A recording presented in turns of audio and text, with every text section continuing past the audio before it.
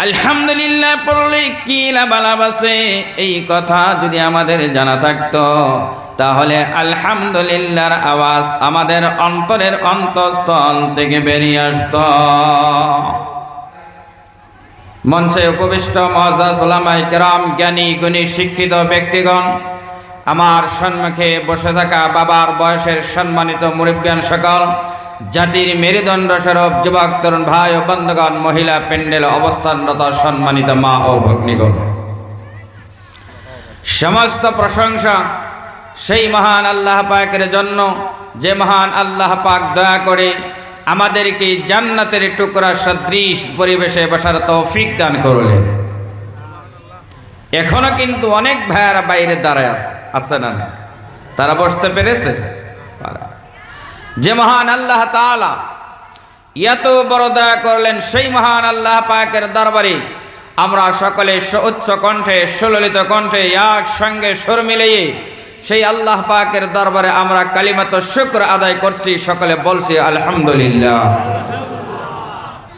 যে আলহামদুলিল্লাহর আওয়াজ মনে হয় যে 2-2.5 মাস আগের থেকে রোজা শুরু করছে। কথা ঠিক না?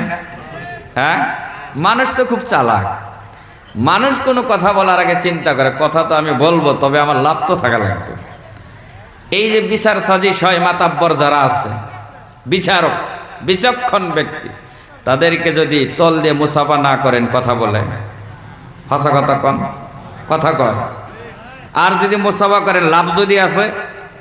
কারো গরুয়ে যদি কারো ক্ষেত খেয়েছে, তাহলে যার ক্ষেত খেয়েছে তার বিপক্ষেই ফয়সালা, তুমি ক্ষেত করছো, পহরা কেন দাও না? কথা হয় না? না, তাহলে বোঝা গেল যে লাভ থাকলে মানুষ কথা কয়, লাভ না থাকলে কথা কইতে চায় না।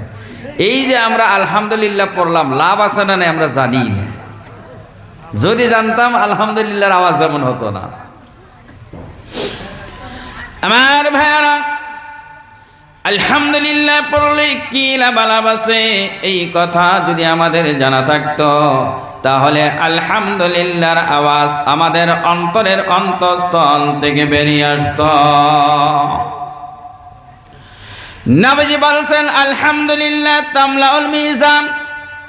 আল্লাহর নবী বলেন, কেউ যদি আলহামদুলিল্লাহ পড়ে, আলহামদুলিল্লাহ মিজানের পাল্লাকে ভরে দেয়।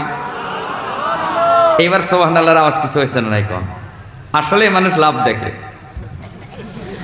ও মুসলমান ভাইরা, তদ্রুপ সুবহানাল্লাহ বলতেও কৃপণতা করবেন না, কারণ নবীজি বলেন, কোন বান্দা যদি একবার সুবহানাল্লাহ পড়ে, আল্লাহ পাক ওই বান্দার জন্য জান্নাতের ভিতরে একটা গাছ রোপণ করে দেয়।